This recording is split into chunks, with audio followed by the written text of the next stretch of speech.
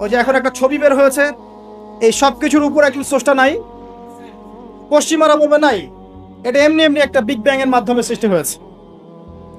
অথচ আল্লাহ পাক বলছেন, শোনেন, আল্লাহ পাক বলছেন এগুলো সবকিছুই প্রথম আকাশের অন্তর্ভুক্ত। এরপরে আছে দ্বিতীয় আসমান, তারপর তৃতীয়, তারপর চতুর্থ, এরকম করতে করতে 7 আসমান। এখন পর্যন্ত যেগুলো দেখছেন 1350 বিলিয়ন বছর আগের ছবি টবি ইত্যাদি, এগুলো প্রথম আসমানের অংশ, প্রথম আসমানের সামান্য একটু অংশ মাত্র। এভাবে 7 আসমান এবং প্রত্যেক আসমানের মাঝখানে ডিস্টেন্স হচ্ছে 500 বছরের পথ। 7 আসমানের উপরে আছে কুরসি, ওয়াসিআ কুরসিয়ুহুস সামাওয়াতি ওয়াল আরদ। আল্লাহ পাকের কুরসি এই 7 আসমানকে ঘিরে আছে, সুবহানাল্লাহিল আযীম। এর উপরে আছে মহাসাগর, একটা সাগর। এগুলো বিশ্বাস করবেন এখন বললে? কালকে নাসা গবেষণা করে বের করলে বিশ্বাস করবে। কথা বুঝতে পারছেন না? এগুলো মোটেই বিশ্বাস করবে না মানুষ এখন।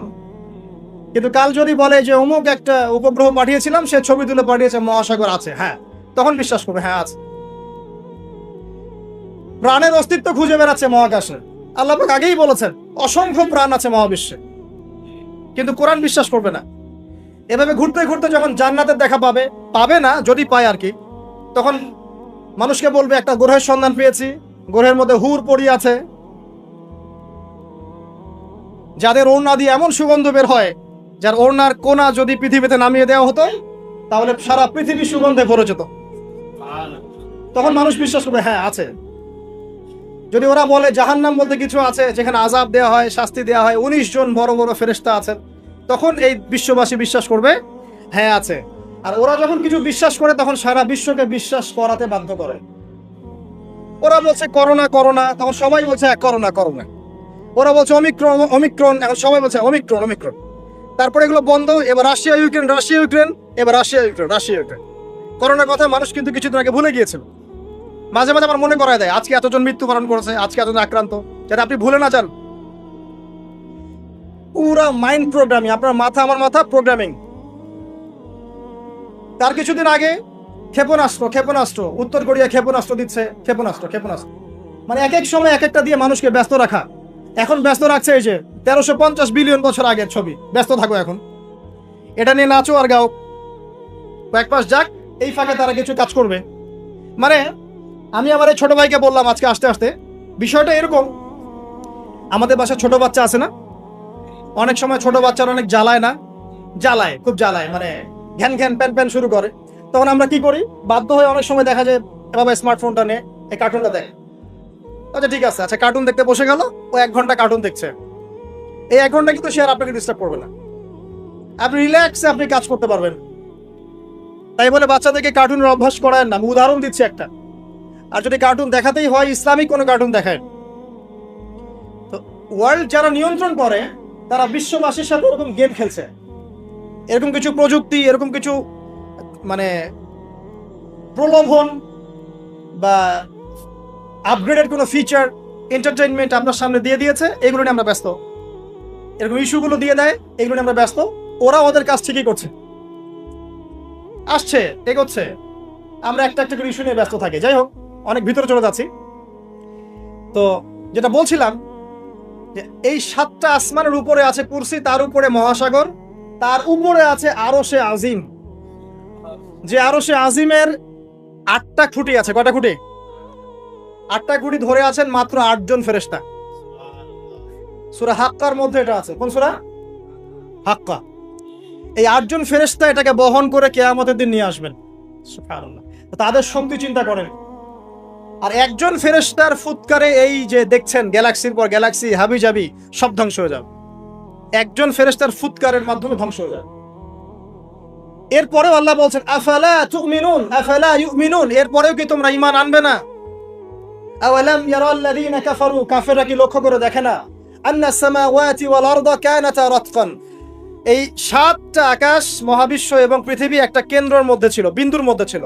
ফাফাতাকনাহুমা, আমি এটাকে বিভক্ত করে দিলাম, আমি বিভক্ত করে দিলাম। আল্লাহ বলছেন ফাফাতাকনাহুমা ওয়াজআলনা মিনাল মাই কুল্লা শাইইন হাই, এবং প্রত্যেক জীবন্ত প্রাণকে সৃষ্টি করলাম পানি দিয়ে। আমাদের কোষের মধ্যে সাইটোপ্লাজমে পানির পরিমাণ কত কত পার্সেন্ট? নিউক্লিয়াসের মধ্যে পানির পরিমাণ কত পার্সেন্ট? বেশিরভাগই পানি। পড়াশোনা করে পানি দিয়ে তৈরি করেছে 70 to 80%। আফালা ইউমিনুন, এরপরে আল্লাহ বলছেন তবুও কি তারা বিশ্বাস করবে না? তো ওই আরশে আজিম ধরে আছেন 8 জন ফেরেশতা। তারপর আরশে আজিমের উপরে আল্লাহ রাব্বুল আলামিন। তো আল্লাহ রাব্বুল আলামিন এই যে প্রথম মহাবিশ্ব দেখছেন, এর ঊর্ধ্বে অবস্থান করছেন। তার মানে এখানে যে সময় চলছে, অতীত, এখানকার ভবিষ্যৎ, এখানকার বর্তমান, আল্লাহ পাক এই 3 কালের ঊর্ধ্বে অবস্থান করছেন। আল্লাহ পাক যখন বলছেন যে আবু লাহাব জাহান্নামে যাবে, আল্লাহ পাক দেখে দেখে বলছেন এই যে ভবিষ্যৎটা আল্লাহ পাক দেখছেন, আবু লাহাব এখানে আছে, এখন ইন ফিউচার এখানে যাবে, এখানে গিয়ে সে জাহান্নামে যাবে। আল্লাহ চোখের সামনে সব। আমাদের কাছে মনে হচ্ছে অতীত, বর্তমান, ভবিষ্যৎ, আল্লাহর সামনে এগুলো কিছুই নাই। ওই যে নক্ষত্রের কথা বলা হচ্ছে, এটা অতীতকালের ছবি, কত বছর আগের ছবি, এত বিলিয়ন বছর আগের ছবি। মানে আপনি আমি আকাশে যা দেখি এগুলো পাস্ট টেন্স, অতীতকাল। এটা সূর্য আপনি দেখছেন এখন, এটা 8 মিনিট 20 সেকেন্ড আগের সূর্য।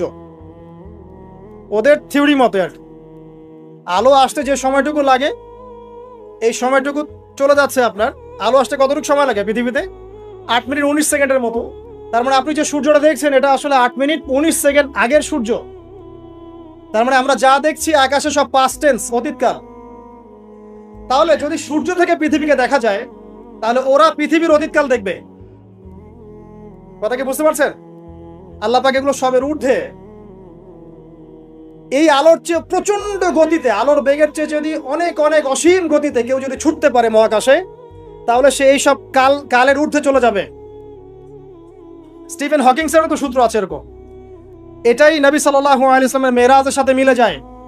তিনি গিয়েছেন, ফিরে এসেছেন, এসে দেখেছেন অজুর পানি গড়িয়ে পড়ছে টাইমের ঊর্ধ্বে। সবই বৈজ্ঞানিক, আসলে প্রমাণ করতে পারে না।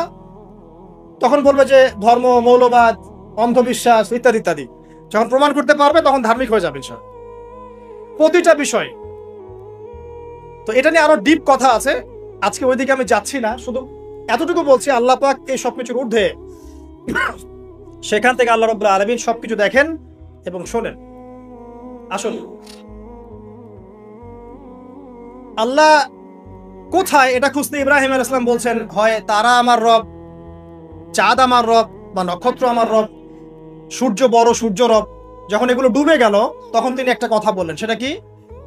ইন্নী ওয়াজ্জাহতু ওয়াজহিয়া লিল্লাযী ফাতারাস সামাওয়াতি ওয়াল আরদা হানিফান ওয়া মা আনা মিনাল মুশরিকিন মা কানা ইব্রাহিমু ইয়াহুদিয়ান ওয়ালা নাসরানিয়া। ইব্রাহিম ইহুদি ছিল না, নাসারা ছিল না, ওয়ালাকিন কানা হানিফান মুসলিমা, তিনি একনিষ্ঠ মুসলিম ছিলেন। ওয়া মা কানা মিনাল মুশরিকিন, তিনি মুশরিকদের অন্তর্ভুক্ত ছিলেন না। হুয়া সাম্মাকুমুল মুসলিমিন, তিনি তোমাদের নাম দিয়েছেন মুসলিম।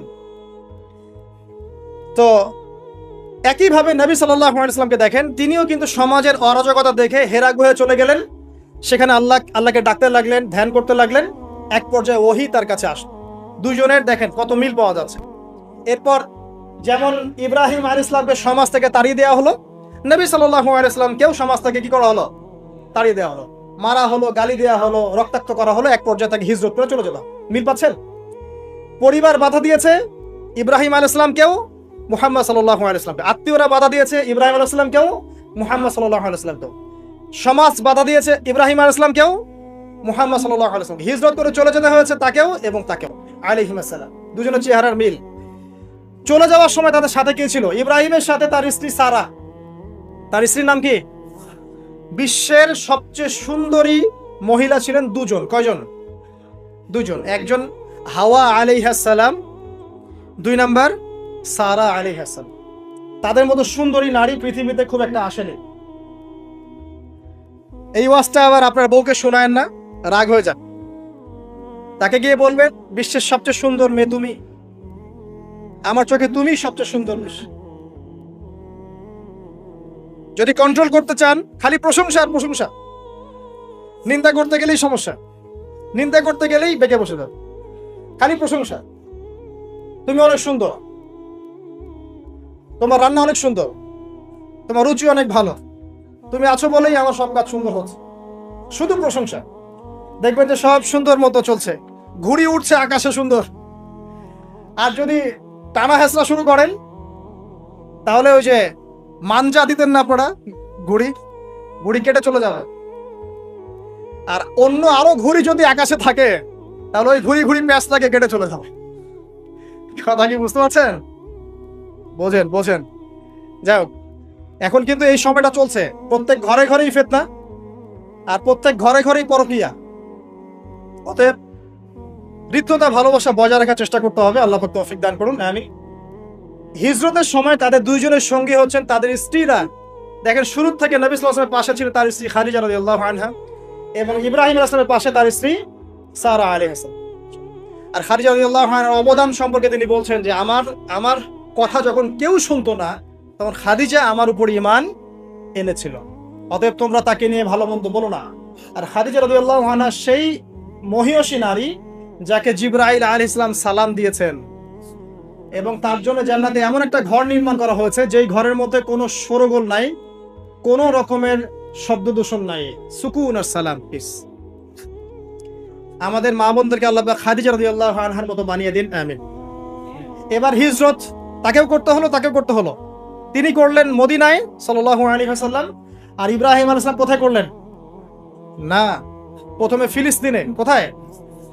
ফিলিস্তিনে। শাম দেশ বলা হয় ফিলিস্তিনকে। সেখানে গিয়ে যাওয়ার পথে একটা ঘটনা, যাওয়ার পথে একটু দাঁড়াই, যাওয়ার আগে একটা ঘটনা ঘটেছে, তারপরে একটা ঘটনা। যাওয়ার আগে ঘটনা কি? সমাজের লোকজন মূর্তি পূজা করছে। সূরা আম্বিয়ার মধ্যে আছে, আমি শর্ট করছি নাহলে সময় বেশি লাগবে। সূরা আম্বিয়ার মধ্যে আছে, লোকজন শিরক করছে। ইব্রাহিম আলাইহিস সালাম বলছেন, মা হাদিহি তামাসুলিল্লাযী আনতুম লাহা আকিফুন, এইসব কি সব মূর্তি তোমরা পূজা করো যারা শোনেও না এবং উপকারও করতে পারে না, অপকারও করতে পারে না।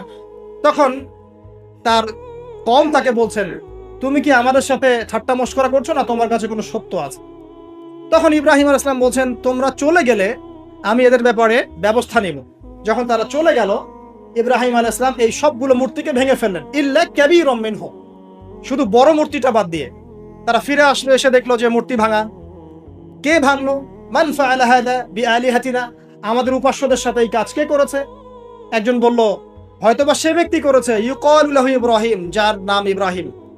ডাকা হলো, তুমি কি করেছো? তিনি বলছেন যে বাল ফাআলা কাবীরুহুম হাদা, বরং তাদের বড় মূর্তিটাই কাজ করেছে। ফাসআলহুম ইন কানু ইয়ানতিকুন, ওকে জিজ্ঞাসা করো যদি সে কথা বলতে পারে। এবার তারা বুঝতে পারলো এত কথা বলতে পারে না। তখন ইব্রাহিম আলাইহিস সালাম বললেন, তুমি কেন তাহলে এমন কিছুর উপাসনা করছো যে শোনেও না, দেখেও না, কথাও বলতে পারে না? আমি যাকে ভাঙলাম সে তো প্রতিহত করতে পারলো না, একটা মাছি বসলে সে তাড়াতেও পারলো না, তাহলে কেন তার উপাসনা করছো? কোনো জবাব নাই, কিন্তু হঠকারিতা অহংকার আছে। ঠিক এখনকার নমরুদ ফেরাউনদের মতো জবাব নাই, কিন্তু হঠকারিতা অহংকার আছে। তাকে দরবারে নিয়ে যাওয়া হলো। ওখানকার শাসক কে? নমরুদ। ডেকে বলছে, কি সমস্যা? তো ইব্রাহিম বলছে, কি সমস্যা, কে তোমার রব? ইব্রাহিম আলাইহিস সালাম বলছেন, রব্বি আল্লাযী ইউহয়ী ওয়া ইউমীত, আমার রব সে যে জীবন দেয় মৃত্যু দেয়। নমরুদ বলছে, আনা উহয়ী ওয়া উমীত, আমি তো জীবন দেই মৃত্যু দেই। কিভাবে? একজন ফাঁসির আসামি, তাকে ডেকে নিয়ে ছেড়ে দিল, এই জীবন দিলাম। আর একজন সাদাসিধা মানুষ নিরপরাধ ডাকলো, গর্দান নামিয়ে দিল, মৃত্যু দিলাম। তো ইব্রাহিম আলাইহিস সালাম বলছে, আচ্ছা ঠিক আছে। ক্বালা ইব্রাহিম রব্বি আল্লাযী ইউহয়ী ওয়া ইউমীত, তারপরে তিনি বলছেন, ইন্নাল্লাহা ইয়াতি বিশ-শামসি মিনাল মাশরিক ফাতি বিহা মিনাল মাগরিব, আমার রব আল্লাহ তিনি যিনি পূর্ব দিক থেকে সূর্যকে উদিত করেন, তুমি যদি রব হয়ে থাকো তাহলে পশ্চিম দিক থেকে উঠিয়ে দেখো। ফাবুহিতাল্লাযী কাফার, এরপরে সে কাফের, হতভম্ব হয়ে গেল, কিন্তু কিছু করতে পারলো না। সবাইকে বললো, একে ধরো। ওয়ানসুরু আলিহাতাকুম, তোমাদের ইলাহদেরকে সাহায্য করে একে ধরো। খুযুহু ওয়া হাররিকুহু, তাকে ধরো এবং আগুনে পুড়িয়ে দাও। ওই যে আগুনের কুণ্ডলি ফেলা হলো, এবার তাকে আগুন জ্বালানো হলো, তাকে আগুনে ফেলা হচ্ছে। আগুনে পড়ার সময় আল্লাহ রাব্বুল আলামিন তার কাছে পাঠালেন জিবরাইল আলাইহিস সালামকে, এসে বলছেন, হাজাতান ইনদি, তোমার কি কোনো হাজত আছে আমার কাছে? তখন ইব্রাহিম আলাইহিস সালাম বলছেন, না, আমার হাজত আল্লাহর কাছে আছে। হাসবি আল্লাহ ওয়া নি'মাল ওয়াকিল, নি'মাল মাওলা ওয়া নি'মান নাসির। এই কথা বলার সাথে সাথেই আল্লাহ পাকের সাহায্য অবধারিত হয়ে পড়লো। আল্লাহ পাক বললেন, ইয়া নার, হে আগুন, কুনি বারদান ওয়া সালামান আলা ইব্রাহিম, ঠান্ডা হয়ে যাও ইব্রাহিমের জন্য শীতল ঠান্ডা হয়ে যায়। ব্যাস, সবাই দেখলো যে ইব্রাহিম আগুনে পড়ে আছে কিন্তু উঠছে না। ঠিক এরকম পরীক্ষা নবী সাল্লাল্লাহু আলাইহি ওয়াসাল্লাম দিতে হয়েছে না? বদরে, উহুদে আল্লাহর সাহায্য এসেছে না? আল্লাহর ফেরেশতা এসেছে, তার মাধ্যমে সাহায্য হয়েছে। এক একজনের মানে মাত্রাটা ডিফারেন্ট ছিল, কিন্তু ঘটনা কিন্তু সেম। যাই হোক, এরপরে ইব্রাহিম আসলাম চলে যাচ্ছেন ওই কমিউনিটি থেকে। মিশরের এক বাদশা লম্পট, সে স্ত্রী সারাকে কিডন্যাপ করলো। এবার সারাকে তার সাথে খারাপ কিছু করার ইচ্ছা করা মাত্রই অবশ হয়ে সে পড়ে গেল, প্যারালাইজ 3 বার। এই জায়গায় এই বাদশা বুঝতে পারে যে এই মহিলা বা এই নারী কোনো সাধারণ কোনো নারী নয়। তখন তিনি ছেড়ে দেন তাকে এবং তার সাথে হাজরা আলাইহিস সালামকেও হাদিয়া দিয়ে দেন। এই সময় ইব্রাহিম আলাইহিস সালাম নামাজে দাঁড়িয়েছিলেন। যখন তার স্ত্রী বিপদে পড়েছে এবং তিনি বিপদে পড়েছেন, তখন তিনি নামাজে দাঁড়িয়ে গিয়েছেন, ঠিক নবী সাল্লাল্লাহু আলাইহি ওয়াসাল্লামের মতো। তিনি বলতেন, যখনই আমি উদ্বিগ্ন হই তখনই নামাজে দাঁড়িয়ে যাই। আমরা যদি কোনো বিষয়ে টেনশনে পড়ি, উদ্বিগ্ন হই, তাহলে একটাই কাজ করবেন, নামাজে দাঁড়াবেন। সিগারেট ধরানোর দরকার নাই, টেনশনে স্মোক করার দরকার নাই, ড্রাগস নেওয়ার দরকার নাই, একটা মিউজিক ছেড়ে দেওয়ার দরকার নাই। নামাজে দাঁড়িয়ে যান, আল্লাহ পাক আপনার টেনশন দূর করে দিবেন ইনশাআল্লাহ তাআলা। একই জিনিস। এরপরে হাজরা আলাইহিস সালামকে ইব্রাহিম আলাইহিস সালাম বিয়ে করে নেন, প্যালেস্টাইনে চলে যান। এখন সন্তান হচ্ছে না। শেষ বয়সে গিয়ে ইব্রাহিম আলাইহিস সালাম বলছেন, ইন্নী যাহিবুন ইলা রাব্বি সায়াহদিন, আমি চললাম আমার রবের দিকে, আমার রব আমাকে পথ দেখাবেন। রব্বি হাবলি মিনাস সালিহিন, হে আমার রব আমাকে সালেহীন সন্তান দিন, মানে উত্তম নেককার সন্তান দিন। রব্বি হাবলি মিনাস সালিহিন ফাবাশশারনাহু বিগুলামিন হালিম, আল্লাহ বলেন এরপর আমি তাকে একজন সহনশীল সন্তানের সুসংবাদ দিলাম। এরপর এই সন্তান যখন বড় হলো, ফালাম্মা বালাগা মাআহু সা'য়া, যখন সে দৌড়ানো শিখলো, ক্বালা ইয়া বুনাই, ইব্রাহিম আলাইহিস সালাম বললেন, হে আমার সন্তান, ইন্নী আরা ফিল মানামি আন্নী আসবাহুক, আমি স্বপ্নে দেখেছি আমি তোমাকে জবাই করছি। ফানজুর মাযা তারা, তোমার কি রায় আমাকে বলো। এই বাচ্চার বয়স কত হবে? 10 বা 12। তখন ইসমাঈল আলাইহিস সালাম বলছেন, ইয়া আবাতি, হে আমার বাবা, ইফআল মা তুমার, আল্লাহ পাক আপনাকে যা আদেশ করেছেন সেটা আপনি করুন। সাতাজিদুনি ইনশাআল্লাহু মিনাস সাবিরিন, ইনশাআল্লাহ আপনি আমাকে ধৈর্যশীল পাবেন। কত বছর বয়স? 10 বা 12। মানে আমাদের এই জেনারেশনের 10-12 বাদ দেন, 20-30 বছরের মানুষকে জিজ্ঞাসা করেন এরকম কোন চেতনা আছে কি না আদৌ আল্লাহর হুকুমের সামনে মাথা নত করার। আল্লাহ পাক হুকুম করেছেন, মাথা নত। জীবন দেয়া তো অনেক বড় বিষয়, আল্লাহর জন্য জীবন উৎসর্গ করা তো বিশাল ব্যাপার, সবচেয়ে চূড়ান্ত লেভেল। নামাজ পড়ে কিনা জিজ্ঞাসা, হারাম অ্যাফেয়ার ছাড়তে পারছি কিনা জিজ্ঞাসা করেন, মিউজিক ছাড়তে পারছি কিনা জিজ্ঞাসা করেন, বাদ্যযন্ত্র ছাড়তে পারছি কিনা জিজ্ঞাসা করেন, আল্লাহর জন্য সুদ ছাড়তে পারে কিনা জিজ্ঞাসা করেন, আল্লাহর জন্য যার যার সম্পত্তি ওকে ওকে দিয়ে দিতে পারে কিনা জিজ্ঞাসা করেন, সদকা করার মানসিকতা, আল্লাহর জন্য একটা মসজিদ করতে পারে কিনা, একটা মাদ্রাসা করতে পারে কিনা। জীবন দেয়া অনেক বড় বিষয়। যারা ছোট ছোট কুরবানি করতে পারে না, এরা বড় কুরবানি করতে পারবে এটা ভাবা যায় না, এত সহজ না। যারা ছোট ছোট কুরবানি করতে পারে না, যে 5 টাকা দান করার মানসিকতা রাখে না, তার কাছে আপনি 5 লাখ টাকা চাচ্ছেন, সম্ভব? ইল্লা মাশাআল্লাহ। তো এই বাচ্চার বয়স 12 বছর, বলছেন, ইয়া আবাতি, হে আমার বাবা, ইফআল মা তুমার, আল্লাহ পাক যা আদেশ করেছেন করেন, আমাকে ধৈর্যশীল পাবেন। এরপরে ফালাম্মা আসলামা ওয়া তাল্লাহু লিল জাবিন, যখন তার উভয় আত্মসমর্পণ করলেন এবং বাবা ছেলেকে পাশ করে শুইয়ে দিলেন জবাই করার মতো করে। ওয়ানাদাহু ইয়া ইব্রাহিম, আল্লাহ বলছেন আমি ইব্রাহিমকে ডাকলাম, হে ইব্রাহিম, কদ সাদ্দাকতা রুয়া, তুমি তোমার স্বপ্নকে সত্যি করেছো। কদ সাদ্দাকতা রুয়া ইন্না হাদা লাহুয়াল বালাউল মুবিন, এটা ছিল একটা স্পষ্ট পরীক্ষা।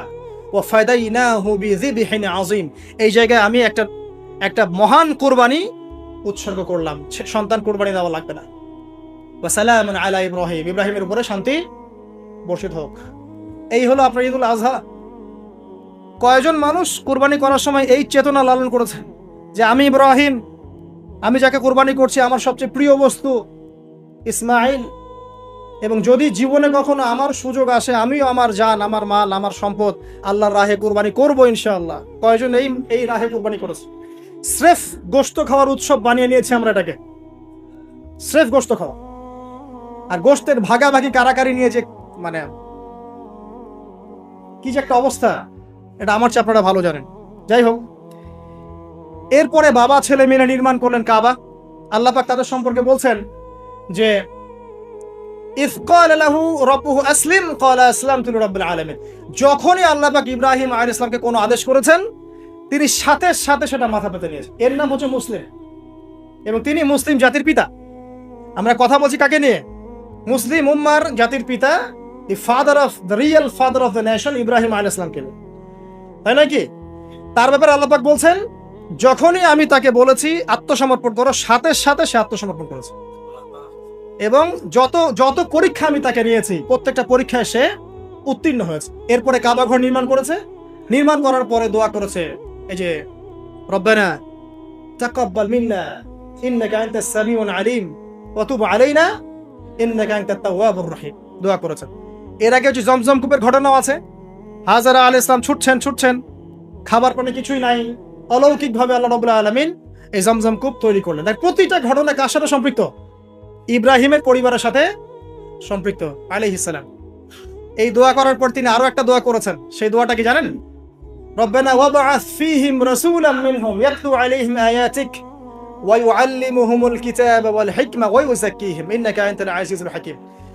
ইব্রাহিম আলাইহিস সালাম শেষ দোয়াটা করেছেন, হে আমার রব, এরপরে আপনি এমন একটা নেশন পাঠাবেন, যেই নেশনের মধ্যে এমন একজন নবী পাঠাবেন যে নবী তাদেরকে আপনার কিতাব শেখাবে, সুন্নত শেখাবে, তাদেরকে পবিত্র করবে। এই দোয়ার ফসল হচ্ছে মুহাম্মদ সাল্লাল্লাহু আলাইহি ওয়াসাল্লাম। ইব্রাহিম আলাইহিস সালামের দুই ছেলে, একজন ইসমাইল যাকে কেন্দ্র করে মক্কার এই ঘটনাগুলো, আরেক ছেলে হচ্ছে কি বলেন? ইসহাক, তাকে কেন্দ্র করে ওই ফিলিস্তিনের ঘটনা। ইসহাক আলাইহিস সালামের ছেলে ইয়াকুব আলাইহিস সালাম, তার সন্তান 11টা বা 12টা সন্তান, একজন বেনিয়ামিন, আরেকজন ইউসুফ, আর এদিকে ইউসুফের ভাইরা 12 বা 13 জন সন্তান। তো এইভাবে আবার ইউসুফ থেকে আবার মিশর, মানে এভাবেই ঘুরেছে আর কি মধ্যপ্রাচ্য। মানে এই ইয়াকুব আলাইহিস সালামের বংশধরদের মধ্যেই আছে দাউদ, আছে সুলাইমান, আছে ইউনুস, ইউসুফ, সব এখানে, ঈসা ইবনে মারিয়াম, মূসা, সব এখানে। এটাকে বলা হয় বানু ইসরাইল, বানু ইসরাইল। এই কারণে ইহুদিরা জেলাস যে আমাদের এখানে শেষ নবী কেন আসলো না, ওইদিকে কেন আসলো।